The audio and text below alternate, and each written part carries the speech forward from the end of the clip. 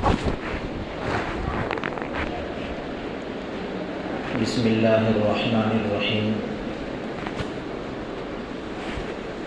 الحمد للہ وکفی وسلام علی عبادہ الذین اصطفی اما بعد فاعوذ باللہ من الشیطان الرجیم بسم اللہ الرحمن الرحیم ان عدۃ الشہور عند اللہ 12 شہرا فی کتاب اللہ یوم خلق السماوات والارض منها 4 حرم وقال تبارک وتعالی ولا تقولوا لمن يقتل في سبيل الله اموات بل احیاء ولكن لا تشعرون وقال تبارک وتعالی یا ایھا الذین آمنوا ادخلوا فی السلم کافۃ ولا تتبعوا خطوات الشیطان انه لکم عدو مبین صدق اللہ المولانا العظیم وصدق رسولہ النبی الکریم ونحن علی ذلک لمن الشاہدین والشاکرین والحمد للہ رب العالمین۔ محترم بزرگوں، قابل قدر ساتھیوں، اللہ تعالیٰ نے ہم لوگوں کو مسلمان بنایا، اسلامی گھرانے میں پیدا کیا، اس کائنات میں صحت و عافیت کے ساتھ زندگی گزارنے کا ہم کو موقع عنایت فرمایا، اور پیدا کر دینے کے بعد اس کائنات میں ہم کو اپنی عبادت کا مکلف بنایا، پابند بنایا۔ دیگر مخلوقات کی طرح، عام چوپایوں جانوروں کی طرح ہم کو اس کائنات میں اللہ تعالیٰ نے آزاد نہیں چھوڑا، لاوارث نہیں چھوڑا، بلکہ اپنا محکوم، اپنا بندہ ہم کو بنا کر اس کائنات میں بھیجا، اور اسی بندگی کے ساتھ ہم کو اس کائنات میں زندگی گزر بسر کرنے کا حکم فرمایا، تعلیم دی ہم کو قرآن میں وَمَا خَلَقْتُ الْجِنَّ وَالْإِنسَ إِلَّا لِيَعْبُدُونَ، اے انسانوں اور اے جناتوں، تمہاری تخلیق اور تمہاری پیدائش فقط میری عبادت کے لیے ہوئی ہے۔ اب اللہ کی عبادت حقیقت میں کیا ہے، کیا مطلوب ہے ہماری تخلیق سے اللہ تعالیٰ کو، ہماری پیدائش سے، کیا آخر اللہ تعالیٰ کو مقصود تھا؟ مقصود صرف اور صرف اتنا ہے کہ انسان اس دنیا میں آئے، اللہ کے فرامین، اس کے رسول کے فرامین کے مطابق اپنی زندگی گزارے، رضا والے کام کرے، ناراضگی والے کام سے اپنے آپ کو بچا کر اخیر میں اپنی جان اللہ کے نام پر اللہ کے سپرد کر دے۔ یہ ابتدا انتہا، ہماری ابتدا بھی اللہ کے نام سے، ہماری انتہا بھی اللہ کے نام سے۔ ہم جب پیدا ہوئے تو ہم پیدا ہوئے اس وقت ہمارے کان میں اذان کہی گئی، دوسرے کان میں اقامت کہی گئی، لیکن نماز نہیں پڑھی گئی۔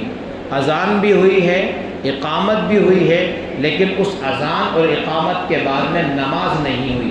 جب ہم مر جائیں گے تو ہماری موت کے وقت تو اذان نہیں ہوگی، اقامت نہیں ہوگی، فقط ہمارے اوپر نماز پڑھی جائے گی۔ اب انسان کی زندگی ہے کیا؟ جس طرح اذان کے بعد ہم اللہ کے گھر میں آ جاتے ہیں، اللہ کے گھر میں سکون، وقار، اطمینان کے ساتھ بیٹھتے ہیں، ہر عمل، ہر حرکت ہماری ایسی رہتی ہے جس سے رب راضی ہو، رب ناراض نہ ہو۔ ہم اپنے پڑوس میں بیٹھنے والے کو راحت پہنچائیں، تکلیف نہ پہنچائیں، اللہ کے سامنے اس کے گھر میں کسی طرح کی برائی ہم سے صادر نہ ہو۔ تو جس طرح اذان کے اور نماز کے بیچ کی ہماری یہ دو کچھ وقت کی کیفیت ہوتی ہے، یہی رب کو مطلوب ہے کہ اذان تمہارے کان میں نے کہلوا دی، نماز تمہاری جنازے پر پڑھوا دوں گا، درمیان کی زندگی بندو ایسے گزارنا جیسے اذان جمعہ کے بعد جمعے کی نماز تک تم اطمینان سے رہو گے۔ یہ رب کو مقصود ہے ہم بندوں سے، یہ اللہ کو مقصود ہے ہم اس کے بندے ہیں۔ اللہ کو ہم سے مقصود ہے، کھلایا اس نے، پلایا اس نے، سب کچھ روزی روٹی اس نے دی، اور اسی پر بس نہیں بلکہ ہم کو تو اس نے جنت کے بدلے میں خرید بھی لیا۔ ہم تو بکے ہوئے ہیں اس کائنات میں۔ کہاں خریدا؟ قرآن فرماتا ہے ان اللہ اشتری من المؤمنین انفسهم واموالهم بان لهم الجنہ، ہماری جان بھی بک گئی، ہمارا مال بھی بک گیا، نہ جان ہماری اپنی نہ مال ہمارا اپنا۔ اور آپ کو معلوم ہے بیپاری قسم کے لوگ سامنے ہیں، ان کو معلوم ہے کہ جب ہم کسی کے ساتھ کوئی معاملہ کر لیتے ہیں، اپنی گاڑی کسی کو بیچ دیتے ہیں، چاہے وہ ہم سے 8 دن کے بعد اپنی گاڑی لے جائے گا، بک چکی ہے، اب ہمارے لیے جائز نہیں کہ ہم 8 دن تک اس کی گاڑی کو استعمال کریں، ہمارے لیے جائز نہیں کہ کچھ سامان اس کے نکال لیں، ہمارے لیے حلال نہیں ہے کہ ہم کسی طرح سے اس میں تصرف کر دیں۔ ہماری جان اللہ کے ہاتھ بک چکی ہے، اب ہم بکا ہوا سامان کے مانند ہیں، بس ہم وہی کر سکتے ہیں جس کی ہمارا مالک ہم کو اجازت دے، اتنا ہی کام کر سکتے ہیں جتنا کام کرنے کی ہمارا رب ہم کو اجازت دے، اس سے آگے قدم ہم نہیں بڑھ سکتے۔ یہ اللہ تعالیٰ کا فرمان قرآن مقدس میں ہم کو مخاطب کر کے کہتا ہے یا ایھا الذین آمنوا ادخلوا فی السلم کافہ، اے مومن بندو، اے ایمان والو، سنو میرے نبی کی امتیوں، ادخلوا فی السلم کافہ، مطالبہ تم سے اتنا ہے کہ اسلام میں پورے داخل ہو، ادھورے نہیں۔ ولا تتبعوا خطوات الشیطان، شیطان کے نقش قدم پر بالکل مت چلنا، اس کی اتباع اور اس کی پیروی نہ کرنا، وہ جس قسم کے دھندے پھندے تمہارے قلوب میں ڈالے ہرگز اس کی بات میں نہ آنا۔ کیوں نہ آنا؟ انہ لکم عدو مبین، اس لیے کہ دشمن تو بری بات ہی سجاتا ہے، کب فائدہ چاہتا ہے۔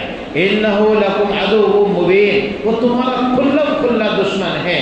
کیسے تمہارا کھلا کھلا دشمن ہے؟ یاد کرو اس واقعے کو جب تمہارے باپ دادا حضرت آدم علیہ السلام کو میں نے پیدا کیا، اور اس وقت میں نے کہا اسجدوا لآدم کو سجدہ کرو، فسجدوا، تمام ملائکہ نے سجدہ کیا الا ابلیس نے سجدہ نہیں کیا۔ کیا کیا اس نے؟ ابا واستکبر وکان من الکافرین، خود نے سجدے سے انکار بھی کیا اور اپنے آپ کو اس نے کافروں میں شامل کر دیا۔ ابا واستکبر وکان من الکافرین، فَأَزَلَّهُمَا الشَّيْطَانُ عَنْهَا فَأَخْرَجَهُمَا مِمَّا كَانَ فِيهِ، کام ہی شیطان کا یہ ہے کہ انسان کو برائی کی طرف مائل کرے، بھلے راستوں سے انسان کو ہٹائے۔ رب حکم دے رہا ہے إِنَّهُ لَكُمْ عَدُوٌّ مُبِينٌ، خبر دے رہا ہے رب ہمارا، وہ تمہارا دشمن ہے۔ وَلَا تَتَّبِعُوا خُطُوَاتِ الشَّيْطَانِ، ہرگز اس کے جھمیلے میں تم کو آنے کی ضرورت نہیں ہے۔ یہ ماہ محرم الحرام جس کے آج نبی تاریخ ہے، یہ ماہ مبارک اتنا عظمت والا مہینہ تھا کہ رمضان کے بعد اگر سب سے زیادہ فضیلت والا کوئی مہینہ تھا تو محرم الحرام کا مہینہ تھا۔ اس کا نام ہی ہے محرم الحرام، حرمت والا مہینہ۔ قرآن میں اللہ تعالیٰ نے 4 مہینوں کو حرمت والا قرار دیا۔ ان عدت الشہور عند اللہ 12 شہرا، اللہ کے نزدیک مہینے تو پورے 12 ہیں، لیکن ان 12 مہینوں میں سے 4 مہینے حرمت والے مہینے، اور ان 4 مہینوں میں سے ایک مہینہ محرم الحرام کا ہے۔ کتنا عظمت والا یہ مہینہ ہے، اس کا اندازہ ہم اس سے لگا لیتے ہیں کہ اس میں بہت سارے تاریخی واقعات رونما ہوئے، اس کائنات میں بہت سارے تاریخی کارنامے اسی ماہ مبارک میں وقوع پذیر ہوئے۔ بتایا جاتا ہے کہ حضرت آدم علیہ السلام کی ولادت باسعادت، یعنی حضرت آدم علیہ السلام کو دنیا میں بھیجنا اور اللہ تبارک و تعالیٰ کا ان کو پیدا کرنا، دونوں کے دونوں کام اسی مہینے میں ہوئے۔ یہی وہ ماہ مبارک ہے کہ جس میں حضرت نوح علیہ السلام کی کشتی جودی پہاڑ پر ٹھہری تھی۔ پھر یہی وہ مہینہ ہے جس میں فرعون نے اور اس کے لشکر نے حضرت موسیٰ علیہ السلام اور ان کی قوم بنی اسرائیل کا پیچھا کیا تھا۔ حضرت موسیٰ علیہ السلام اپنی قوم کو فرعون کے چنگل سے بچا کر لے جا رہے تھے، سامنے دریا ہے، پیچھے فرعون کا لشکر ہے۔ قوم بنی اسرائیل نے چیخ و پکار کر دی، اے موسیٰ تو نے تو ہم کو چوہوں کی موت مروا دیا، آگے دریا پیچھے فرعون، ایسا ہم کو مارے گا، کوئی ہمارے اوپر رونے والا نہیں ہوگا، کوئی ہمارا فریاد رس نہیں ہوگا۔ حضرت موسیٰ نے اپنے پروردگار سے دعا کی، رب نے بنی اسرائیل کے لیے حضرت موسیٰ علیہ السلام کی قوم کے لیے 12 چشمے پھاڑے۔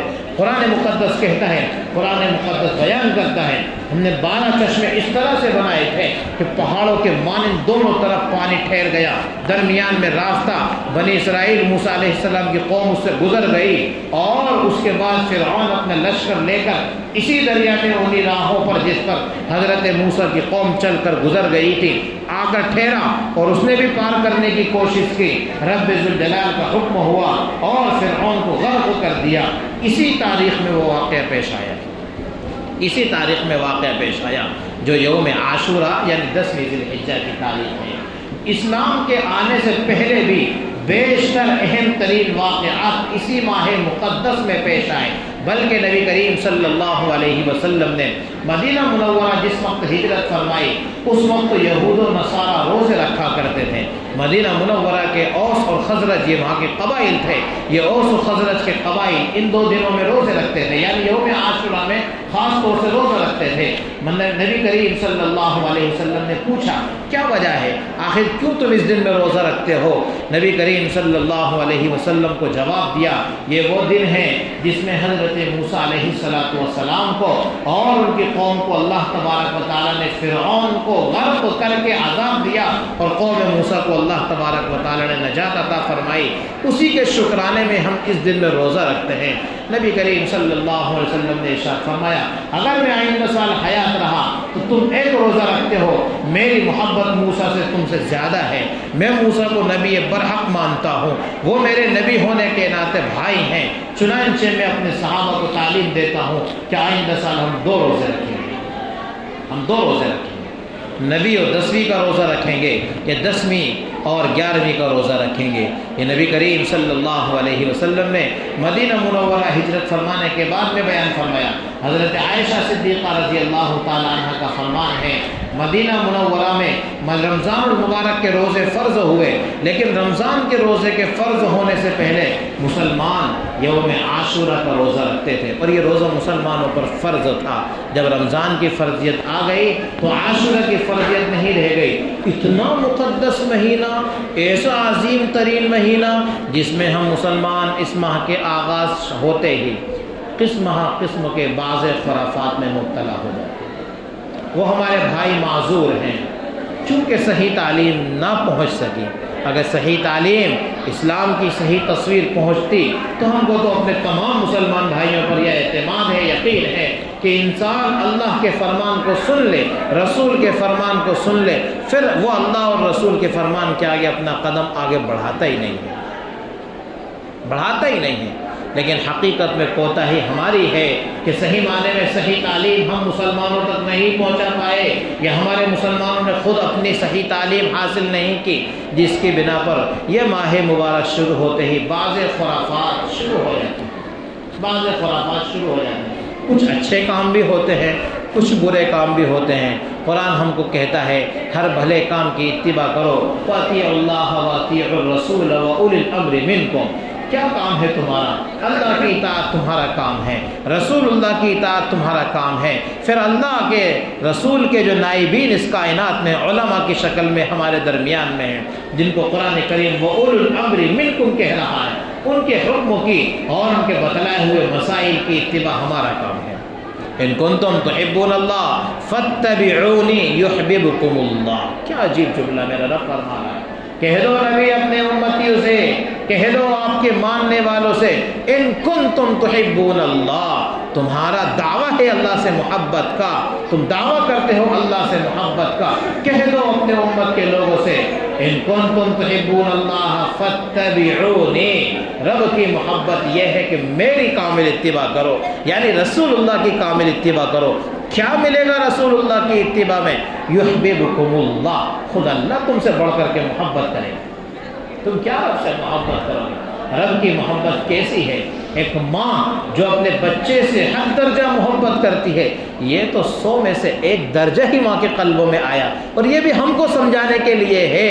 ذرا اندازہ تو لگائیں، ایک بچہ اپنی ماں کا نافرمان بن جاتا ہے، وہ ماں اس کو دھتکار دیتی ہے، گھر سے نکال دیتی ہے، بس اتنی ہی محبت ماں کے دل میں ہے، جبکہ ہم کہتے ہیں کہ ماں سے زیادہ محبت کرنے والا کوئی نہیں ہے کائنات میں، لیکن ہم رب کی زمین پر رب کے ماں سوا کو سجدہ کریں، رب کو چھوڑ کر دوسروں کی اتباع کریں، رب کے قرآن کو چھوڑ کر دوسروں کی شریعت کے مطابق اپنی زندگی گزاریں، پھر بھی میرا رب ہم کو رزق دے رہا ہے، آسمان سے وقت پر پانی برسا رہا ہے، ہوا جیسی نعمت ہم کو ہر وقت میسر کر رکھی ہے، رہنے کو مکان دیا ہے، اور دل بہلانے کے لیے اولاد ہم کو میرے رب نے دی ہے، پھر بھی میرا رب ہم کو کھلا رہا ہے، پلا رہا ہے۔ کیا ہے یہ؟ یحببکم اللہ کا اثر ہے۔ رب نے کہا کہ نبی کی اتباع کرو گے میں خود تم سے محبت کروں گا، یحببکم اللہ، اور اتنا ہی نہیں بلکہ ویغفر لکم ذنوبکم، جو گناہ تم سے ہو جائیں گے وہ بھی مٹا دوں گا، معاف کر دوں گا۔ ویغفر لکم ذنوبکم، کیوں معاف نہیں کر سکتا؟ اس لیے کہ واللہ غفور الرحیم، غفور الرحیم تو وہی ہے نا، معاف تو وہی کرے گا، اس کے سوا معاف کر بھی کون سکتا ہے ہم کو؟ اور انسان کو زندگی میں کبھی مایوس ہونا بھی نہیں چاہیے۔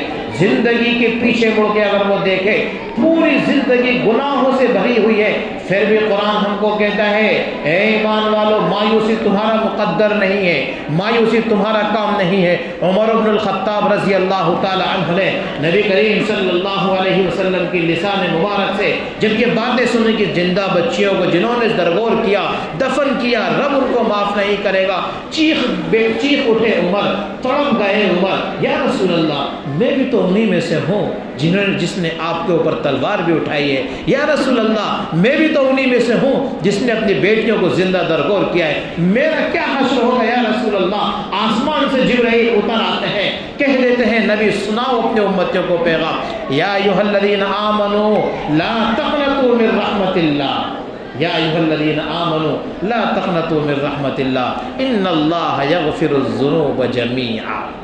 سناؤ پیغمبر اپنے امت کو یہ پیغام، مایوس ہونے کی رتی برابر ضرورت نہیں ہے، کتنا بھی تم نے اپنے آپ پر ظلم کر لیا ہو رتی برابر مایوس ہونے کی ضرورت نہیں ہے۔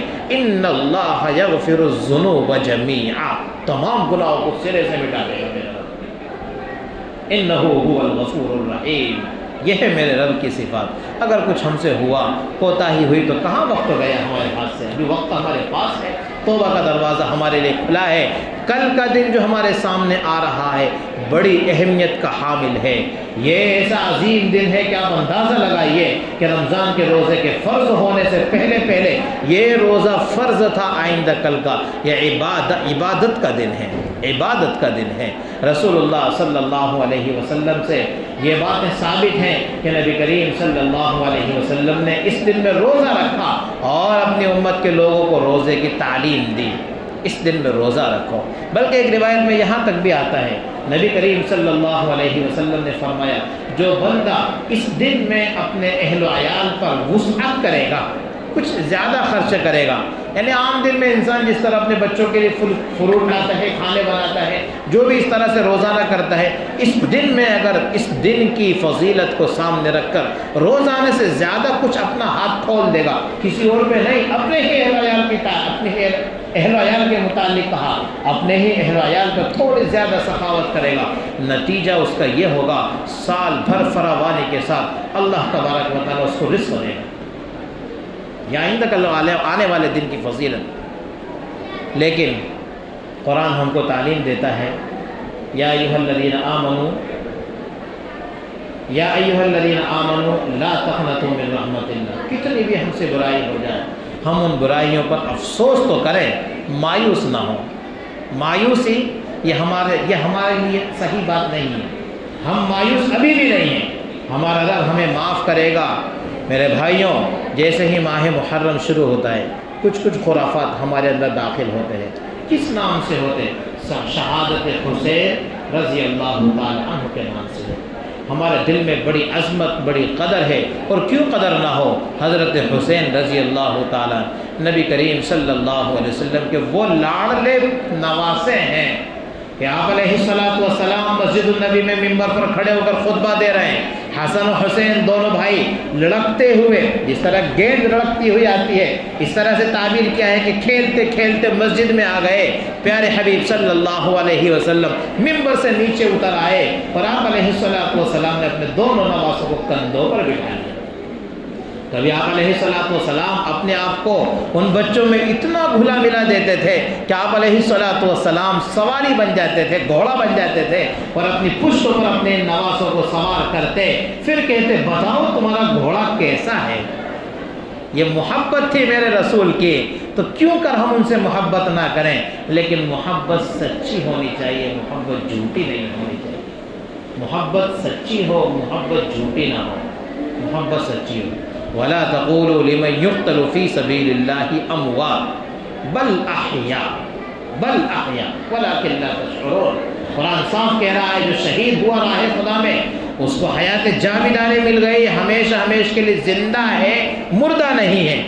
اور قرآن ہم کو صاف کہتا ہے وَلَا تَقُولُوا لِمَن يُقْتَلُ فِي سَبِيلِ اللَّهِ أَمْوَاتٌ، تمہیں مردہ کہنے کا حق ہے بھی نہیں کہ وہ مر گئے، نہیں، بلکہ وہ تو زندہ ہیں۔ وَلَٰكِن لَّا تَشْعُرُونَ، تمہیں سمجھ نہیں پڑتی کہ وہ زندہ کیسے ہیں، باقی وہ زندہ ہیں۔ اور زندے پر ماتم نہیں کیا جاتا۔ ماتم کس پہ کیا جاتا ہے؟ مرا ہو اس پہ ماتم کیا جاتا ہے، زندے پر ماتم تھوڑی کیا جاتا ہے۔ وہ تو زندہ ہیں اور اس زندے آدمی پر ماتم نہیں کیا جا سکتا۔ یہ کچھ شیعہ کی کرم فرمائی ہے جو ہمارے مسلمان گھرانوں میں، ہمارے نوجوان بھائیوں میں یہ بات اتر آئی ان کی طرف سے، اور یہ شیعہ پہلے دن سے ہی مسلمانوں کے دشمن رہے ہیں اور آخر تک دشمن رہیں گے۔ ان کا عقیدہ بھی معلوم ہونا چاہیے، ان کے عقائد میں یہ بات شامل ہے کہ ان مسلمانوں کو ناپاکی کھلانا ان کے نزدیک ثواب ہے، ان مسلمانوں کو تکلیف دینا، اذیت کرنا ان کے نزدیک ثواب کی چیز ہے، تو کیوں کر وہ ہم کو تکلیف نہ پہنچائیں۔ ہمارے عقائد میں بھی بگاڑ پیدا کیا، ہماری شریعت میں بھی گھس کر انہوں نے بگاڑ پیدا کرنے کی کوشش کی، اور ہمارے نوجوانوں کو بھی انہوں نے بگاڑنے کی کوشش کی۔ تو یہ جو کچھ ماتم وغیرہ آ گیا حضرت حسین کے نام پر رضی اللہ عنہ، یہ حضرت حسین کے نام پر جو کچھ آیا یہ شیعہ کا دین ہے، یہ ہمارے اہل سنت والجماعت کا راستہ نہیں ہے۔ اسلام کی کوئی ایک ہی تاریخ تھوڑی ہے جس میں کوئی شہید ہوا، اسلام کی تاریخ تو شہداء سے بھری ہوئی ہے۔ اور یہ مہینہ جو چل رہا ہے، ابھی پیچھے مہینہ گزرا ذی الحجہ، اور یہ مہینہ شروع ہوا ربیع المحرم الحرام کا، ذرا تاریخ تو ملائیں دونوں مہینوں کی۔ ذی الحجہ کی 10ویں تاریخ کو حضرت اسماعیل ذبیح اللہ اور ان کے والد حضرت ابراہیم خلیل اللہ کی قربانی ہمیں یاد ہے، جن کی قربانی ہم 1 ماہ پہلے پوری کائنات میں منا چکے ہیں۔ ان کے نام پر، اللہ کے نام پر، ان کی یاد میں ہم پورے کائنات کے مسلمان قربانیاں دے چکے ہیں۔ پھر ابھی 7 ہی دن گزرے تھے، صرف 7 ہی دن گزرے تھے کہ مظلومانہ شہادت نبی کریم صلی اللہ علیہ وسلم کے دوہرے داماد ذی النورین حضرت عثمان رضی اللہ تعالی عنہ کیے۔ 17 ذی الحجہ ان کی یوم شہادت، 17 ذی الحجہ میں بلوائیوں نے حضرت عثمان رضی اللہ تعالی عنہ پر حملہ کیا، اور ایسی مظلومانہ ان کی شہادت ہوئی کہ جس کو نام ہی دے دیا گیا مظلومانہ شہادت۔ ایسی مظلومانہ شہادت کسی کی بھی نہیں ہوئی۔ کیسی مظلومانہ شہادت ہوئی تھی؟ 42.5 لاکھ مربع میل کا بادشاہ، جس کی حکومت حجاز سے لے کر کابل تک، جس کی سلطنت کے ڈنکے بجتے تھے، وہ حضرت عثمان جس نے مسجد النبی صلی اللہ علیہ وسلم کے لیے زمین کا ٹکڑا خرید کر وقف کیا، جس نے مسلمانوں کے لیے بیر معونہ یعنی کنواں خرید کر کے وقف کیا، جس نے مسلمانوں کے لیے قبرستان وقف کیا، جس نے ایک ہی غزوے میں آج کے مالیت کے اعتبار سے 5 کروڑ سے زیادہ کا چندہ دیا، جس کو نبی علیہ السلام اپنے ہاتھ پر سونے کو لیتے ادھر سے ادھر، اور یوں کہہ رہے تھے عثمان آج کے بعد اگر تو کوئی عبادت بھی نہ کرے تب بھی تیرا یہ مال اتنا ہے کہ رب تیری مغفرت کر دے گا۔ اس عثمان کی شہادت 17 ذی الحجہ، اور یہ بلوائیوں کے ہاتھ شہید ہوئے۔ شہید ہی نہیں ہوئے بلکہ حضرت عثمان نے ایک عجیب کارنامہ انجام دیا، قرآن مقدس کو جمع کیا، خود نے قرآن مقدس کو لکھا، قرآن مقدس پڑھ رہے ہیں۔ عثمان کی شہادت ایسے حال میں ہوئی کہ ان کا خون قرآن مقدس کے اوپر گرا۔ کل قیامت میں زمین شہیدوں کے تعلق سے شہادت دیں گے، عثمان کی شہادت کون دے گا؟ قرآن مقدس عثمان کی گواہی دے گا۔ پھر ابھی 10 ہی دن گزرے، عثمان کی شہادت ہوئے 10 ہی دن پورے ہوئے۔ 27 ذی الحجہ ہے، فیروز لولو جو ایک بدبخت مجوسی تھا، حضرت عمر بن خطاب رضی اللہ تعالیٰ فجر کی نماز میں امامت کر رہے ہیں، ایسا خنجر حضرت عمر بن خطاب رضی اللہ تعالیٰ عنہ کو لگایا۔ یہ 10 دن کا ہی فاصلہ ہے اسلامی تاریخ کے اعتبار سے، یوں تو ان کی شہادتوں میں 10 سال کا فاصلہ ہے، میں تاریخ کا فاصلہ آپ کو بتا رہا ہوں، 10 دن ہی کا فاصلہ۔ 27 ذی الحجہ فجر کی نماز میں حضرت عمر بن خطاب کو خنجر لگا اور اس زخم کی تاب نہ لے سکے، 3 ہی دن گزرے، نیا سال شروع ہوا، محرم الحرام کی پہلی تاریخ ہے اس کائنات میں، جس کو امیر المومنین کا سب سے پہلا لقب دیا، جس کے تعلق سے نبی کہہ رہے ہیں لو کان بعدی نبی لکان عمر، میرے بعد کائنات میں رب اگر کوئی نبی بھیجتا تو وہ عمر کی شکل میں بھیجتا۔ پہلی محرم الحرام کو وہ عمر بھی اپنی شہادت تسلیم کرتا ہے اور اپنی جان جعفری کے حوالے کرتا ہے۔ پھر 10 دن کا وقفہ گزرا اور 10 دن کا ہی فاصلہ ہے تاریخ کے اعتبار سے، 10 محرم الحرام آتی ہے اور پیارے نواسے رسول صلی اللہ علیہ وسلم حضرت حسین رضی اللہ تعالیٰ عنہ کی شہادت ہے۔ میں آپ کو یہ شہادت بتا کر یہ کہنا چاہتا ہوں میرے بھائیوں، ذرا غور تو کریں، ذرا غور تو کریں، صحابہ میں بھی ترتیب ہے، سب سے مقدس صحابہ میں سب سے پہلا درجہ ابو بکر کا ہے، پھر درجہ عمر کا ہے، پھر درجہ عثمان کا ہے، پھر درجہ علی کا ہے، پھر اس کے بعد ایک کے بعد دیگر صحابہ ہیں، لیکن ہم ان مقدس جن کا مرتبہ بہت بلند ہے، حضرت عمر، حضرت عثمان، ان کی شہادت کی تاریخ بھی یاد نہ رکھ سکے، اور ایک شہادت کی تاریخ ہمیں یاد نہ رہی بلکہ اس میں ڈھول تاشے بجانے لگے، تو کہیں نہ کہیں ہمارے ساتھ کچھ فراڈ کام ہوا کہ نہیں ہوا؟ ہم خود اپنے دل سے پوچھیں کہ حضرت عمر کی شہادت پر ہم نے کچھ نہیں کیا، عثمان کی شہادت پر ہم نے کچھ نہیں کیا، ایک ہی شہادت علی کی شہادت پر جو عثمان کے حضرت حسنین کے والد ان کی شہادت پر کچھ نہیں کیا، ایک ہی شہادت جس میں ہم نے کچھ کیا، پتہ لگتا ہے کہ ہمارے ساتھ کچھ فراڈ معاملہ ہوا، کچھ فراڈ معاملہ ہوا۔ تو ہم ہر قسم کے خرافات سے اپنے آپ کو بچائیں، اور آج کا دن روزہ رکھنے کا تھا، اگر ہم نہ رکھ سکے تو بھی ہمارے لیے 2 دن ابھی اور ہیں۔ نبی کریم صلی اللہ علیہ وسلم کے فرمان کے مطابق علماء نے فرمایا یا تو 9 اور 10 تاریخ کا روزہ رکھ لو، اور نہیں تو 10 اور 11 تاریخ کا روزہ رکھ لو۔ کیا ملے گا اس روزے کے بدلے میں؟ 1000 روزے کا ثواب ملے گا۔ ایک روزے کے بدلے میں کیا ملے گا؟ 1000 روزے کا ثواب ملے گا۔ افطار میں اپنے اہل و عیال پر وسعت کر دیں، اللہ تبارک و تعالیٰ سال بھر اپنے دسترخوان سے ہمارے اہل و عیال کو فراوانی کے ساتھ رزق کھلاتا رہے گا، اور اللہ کے نام پر صدقہ و خیرات کریں، عبادات میں اپنا وقت گزاریں۔ وقت ہو چلا، بات اور بھی بہت ساری کہنے کی تھیں، خلاصہ کلام میں آپ کے سامنے 2 باتیں پیش کر دیتا ہوں کہ محرم الحرام کا مہینہ عبادات کا مہینہ ہے، خرافات کا مہینہ نہیں ہے۔ عبادت کے مہینے کو عبادت تک رکھیں، خرافات تک ہم نہ لے جائیں۔ اللہ تبارک و تعالیٰ مجھے اور آپ کو کہنے سننے سے زیادہ عمل کی توفیق عطا فرمائے۔ وما توفیقی الا باللہ۔